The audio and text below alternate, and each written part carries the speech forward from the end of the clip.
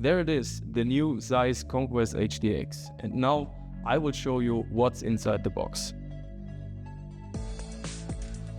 To ensure optimal protection during transport, the new Conquest HDX is packed in a case. This case is made from recycled material. To optimally protect the Conquest HDX, we have foam inserts in the case.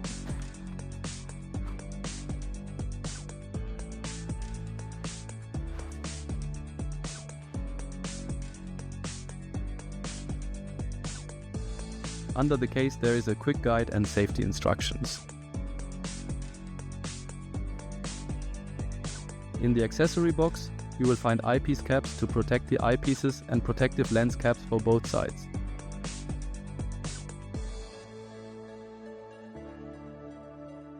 To carry the binoculars, our carrying strap is included. Also, a carrying strap for the case is included. If the binoculars get dirty, you can clean them with the ZEISS lens cleaning cloth.